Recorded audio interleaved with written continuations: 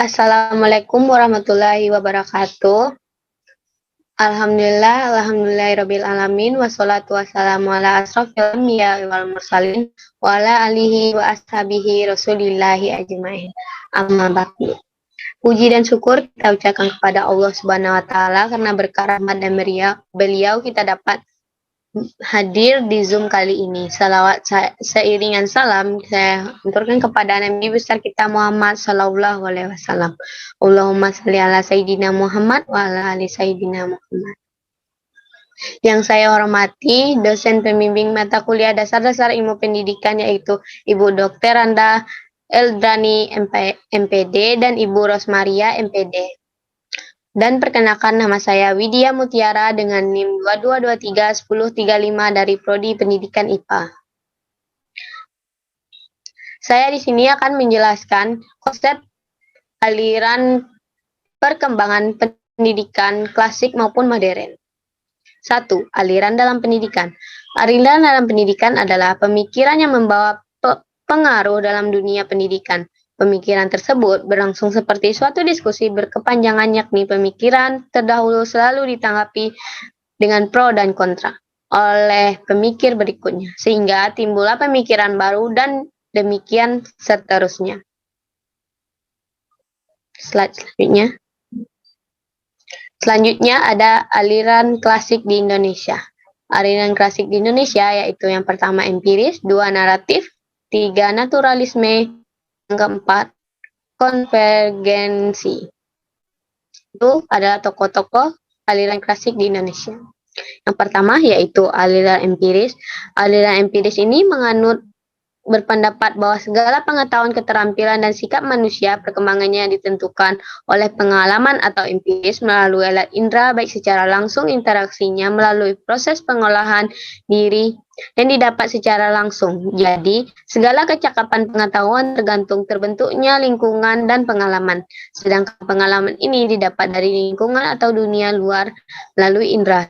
Sehingga dapat diartikan lingkunganlah yang membentuk perkembangan manusia atau anak didik, bahwa hanya lingkunganlah yang mempengaruhi perkembangan anak. Selanjutnya, yaitu naratifme. Naratifme adalah teori yang merupakan kebalikan dari teori empirisme, yaitu mengajarkan anak bahwa lahir memiliki pembawaan baik dan buruk. Perkembangan anak hanyalah ditentukan oleh pembawaannya sendiri-sendiri. Lingkungan sama sekali tidak mempengaruhi lagi membentuk kepribadian seorang anak. Jika pembawaannya jahat, akan menjadi jahat. Jika pembawaannya baik, maka akan menjadi baik. Jadi, lingkungan yang diinginkan dalam perkembangan anak adalah lingkungan yang tidak dibuat-buat, yakni lingkungan yang alami. Selanjutnya, yang ketiga adalah naturalisme. Naturalisme adalah aliran yang mempunyai kesamaan dengan teori naratifme, bahkan kadang-kadang disamakan. Karena mempunyai perbedaan tertentu, ajaran dalam teori ini mengatakan bahwa anak sejak lahir sudah memiliki pembawaan sendiri-sendiri, baik minat, bakat, kemampuan, sifat, watak, dan pembawaan lainnya. Pembawaan akan berkembang sesuai dengan lingkungan alami, bukan lingkungan yang dibuat-buat. Dengan kata lain, jika pendidikan diartikan sebagai usaha sadar mempengaruhi perkembangan anak seperti mengarahkan, mempengaruhi, menyiapkan, serta menghasilkan, apalagi menjadi anak ke arah tertentu, maka usaha tersebut hanyalah berpengaruh jelek terhadap perkembangan anak. Selanjutnya, yaitu aliran modern di Indonesia. Aliran modern di Indonesia ada 5, yaitu progresif, esensialisme, rekonstruksialisme, dan perennialisme. Yang kelima yaitu idealisme.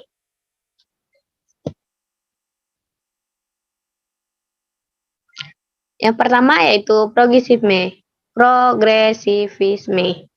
Progresivisme adalah gerakan pendidikan yang mengutamakan penyelenggaraan pendidikan di sekolah berpusat pada anak-anak sebagai reaksi terlaksananya pendidikan yang menjadi pusat pada guru, tertiary atau bahan pembelajaran spektakuler.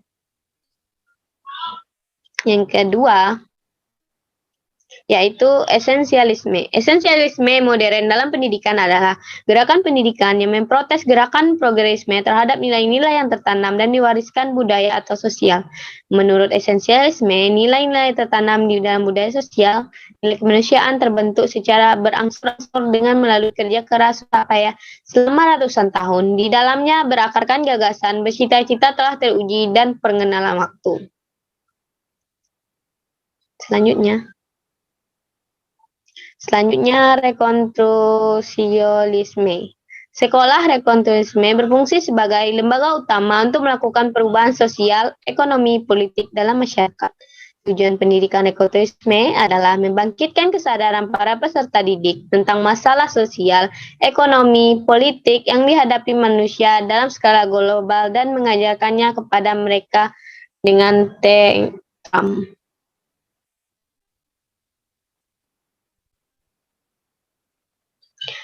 Selanjutnya adalah perennialisme.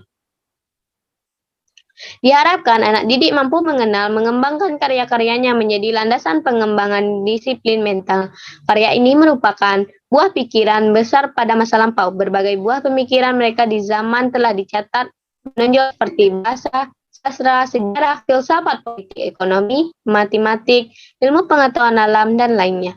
Telah banyak memberikan sumbangan kepada perkembangan di zaman dahulu.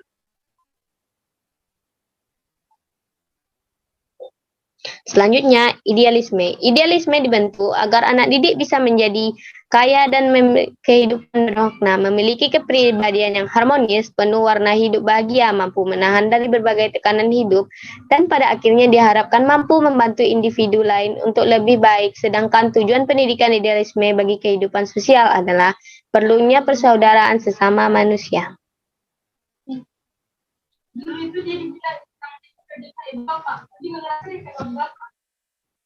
Kesimpulannya adalah dua aliran pokok pendidikan di Indonesia yang dimaksud adalah perguruan kebangsaan taman siswa, ruang pendidikan, insan kayu tanam.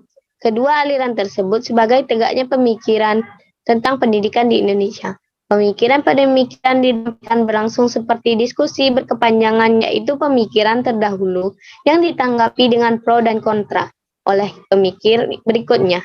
Dari pemikiran tersebut, terbentuklah aliran baru yang merupakan perkembangan aliran sebelumnya, bertujuan untuk membentuk suatu pola pikir manusia yang lebih baik. Mengikuti aliran dalam pendidikan, jadi hubungan antara aliran klasik dan baru adalah bertujuan sama untuk mencapai kesempurnaan pendidikan.